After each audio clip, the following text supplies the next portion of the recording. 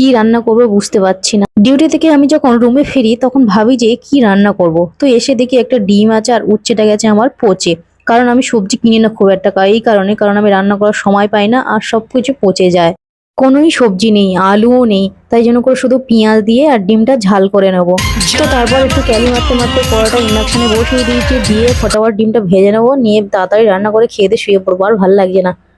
আর এই যে ভিডিও করার চক্করে পড়ে আমি ইন্ডাকশন চালু করার বদলে ইন্ডাকশন বন্ধই করে দিয়েছি। তা যাই হোক, ধনিয়া পাতাও শুকিয়ে গেছে, আমার সবকিছুই শুকিয়ে যাচ্ছে, সবজি টবজি সবকিছু শুকনো পচে যাচ্ছে।